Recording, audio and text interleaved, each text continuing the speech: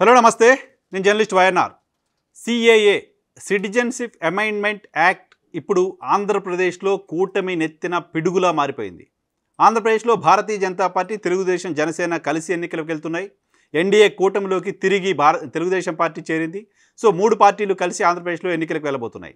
4 ఏళ్ల క్రితం సిఏఏ సందర్భంగా, సిఏఏ కేంద్ర ప్రభుత్వం తీసుకొస్తున్న సందర్భంగా ఆంధ్రప్రదేశ్లో ఉన్న రాజకీయ పార్టీలు అన్నీ వ్యతిరేకించాయి. Including Telugu Desam party, YSR Congress party కూడా దీన్ని వ్యతిరేకించాయి. దీన్ని అడ్డుకుంటామంటూ చెప్పాయి. చాలా పెద్ద ఎత్తున ఆంధ్రప్రదేశ్ రాష్ట్రంలో మైనారిటీలు దీనికి వ్యతిరేకంగా ఆందోళన చేస్తూ వచ్చారు. చాలా పెద్ద ఎత్తున దాదాపు అన్ని పట్టణాల్లోనూ ర్యాలీలు నిర్వహిస్తూ వచ్చారు.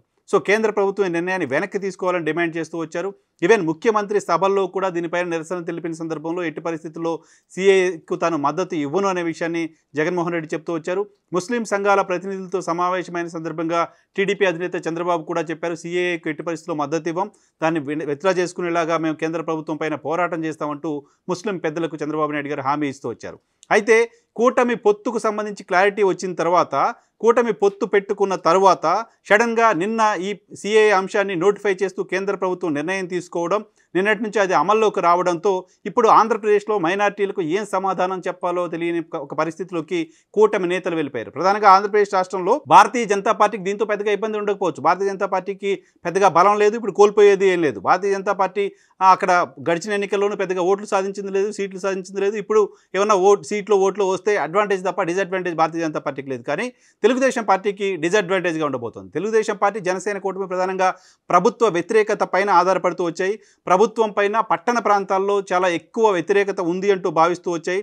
గ్రామీణ ప్రాంతాలకు సంబంధించిన ప్రజలకు పథకాల ద్వారా సంతృప్తిగా ఉన్నారు. గ్రామీణ ప్రాంతాల్లోని వివిధ వర్గాలకు సంబంధించిన ప్రజలు ప్రభుత్వం పైన సంతృప్తిగా ఉన్నప్పటికీ పట్టణ ప్రాంతాల్లో ప్రధానంగా ప్రజలు కొంత ప్రభుత్వం పట్ల వ్యతిరేకంగా ఉన్నారు. వాళ్ళంతా గొంపగుత్తగా కూటమికి ఓట్లేస్తారు అంటూ భావిస్తూ వచ్చారు. సో ఇప్పుడు పట్టణ ప్రాంతాల్లో, చాలా పట్టణ ప్రాంతాల్లో ఆంధ్రప్రదేశ్లోని 60-70% టౌన్స్లో ముస్లిం పాపులేషన్ డామినేట్ చేస్తూ ఉంటుంది. ముస్లిం పాపులేషన్ ఎక్కువగా ఉంటుంది, మైనార్టీలు ఎక్కువగా ఉంటారు. సో అటువంటి అన్ని పట్టణాల్లో కూడా వాళ్ళ ఓట్లను కూటమి కోల్పోబోతోంది.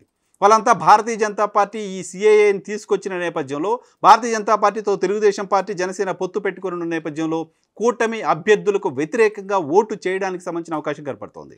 సరిగ్గా ఎన్నికలకు ముందు దీన్ని తీసుకురావడం ద్వారా పరోక్షంగా వైఎస్ఆర్ కాంగ్రెస్ పార్టీకి లబ్ధి చేకూరడానికి సంబంధించిన ఆస్కారం ఉంది. ఈవెన్ వైఎస్ఆర్ కాంగ్రెస్ పార్టీ కూడా పట్టణ ప్రాంతాల్లో కొంత వ్యతిరేకత ఉంటుంది అని భావిస్తూ వస్తున్న నేపథ్యంలో ఒక సెక్షన్ ఆఫ్ ఓటర్స్ పూర్తిగా వన్ సైడెడ్గా వైఎస్ఆర్ కాంగ్రెస్ పార్టీకి ఓటు వేయడానికి సంబంధించిన అవకాశం కల్పించేలా కేంద్ర ప్రభుత్వం తీసుకొచ్చిన సిఏఏ ఉంది. కేంద్ర ప్రభుత్వం, భారతీయ జనతా పార్టీ దానికి సంబంధించి పొలిటికల్ గెయిన్ కోసమా, లేకపోతే చాలా కాలంగా డిమాండ్ ఉంది, భారతదేశానికి సంబంధించి ఇతర దేశాల్లో ఉన్న హిందువులకు ఇక్కడ పౌరసత్వం ఇస్తే తప్పేంటి, ఇవ్వాలి కదా, భారతదేశమే హిందువులకు పౌరసత్వం ఇవ్వకపోతే ఇంకా ఎవరిస్తారు అంటూ భారతీయ జనతా పార్టీ మాట్లాడుతూ వస్తుంది. సిఏఏకి సంబంధించిన హామీ కూడా భారతీయ జనతా పార్టీ ఇస్తూ వచ్చింది. ఆ హామీని ఇప్పుడు అమలు చేస్తున్నామని భారతీయ జనతా పార్టీ చెప్తుంది.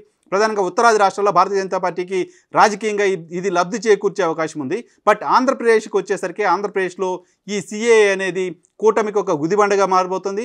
కూటమి విజయావకాశాలని పట్టణ ప్రాంతాల్లో దారుణంగా దెబ్బతీయబోతోంది. ఒక అనుకోని వరంలాగా వైఎస్ఆర్ కాంగ్రెస్ పార్టీకి సిఏఏ పట్టణ ప్రాంతాల్లో ఉండబోతుంది. పట్టణ ప్రాంతాల్లో ప్రధానంగా ఈ సెక్షన్ ఆఫ్ ఎవరైతే సిఏఏని వ్యతిరేకిస్తున్న ఓటర్లు ఉన్నారో వాళ్ళంతా కేవలం వైఎస్ఆర్ కాంగ్రెస్ పార్టీ వైపే ఓటు చేయడానికి సంబంధించిన అవకాశం కనపడుతుంది. సో దీని నుంచి ఏ రకంగా ఓవర్కమ్ అవుతుంది కూటమి, ఏం చెప్తుంది ప్రజలకు, ఏం చెప్తుంది ప్రధానంగా మైనారిటీలకు, మైనారిటీ ఓటర్లను ఆకట్టుకోవడం కోసం, మైనారిటీ ఓటర్ల ఆగ్రహాన్ని చల్లార్చడం కోసం కూటమి ఏం చెప్తుంది, ఎలా వాళ్ళ ఓట్లు సాధిస్తుంది అనేది చూడాల్సి ఉంది. మొత్తంగా ఒకసారిగా కూటమి నేతలు సిఏఏ ద్వారా డిఫెన్స్లో పడినట్లయింది ఆంధ్రప్రదేశ్ అసెంబ్లీ ఎన్నికలకు సంబంధించి.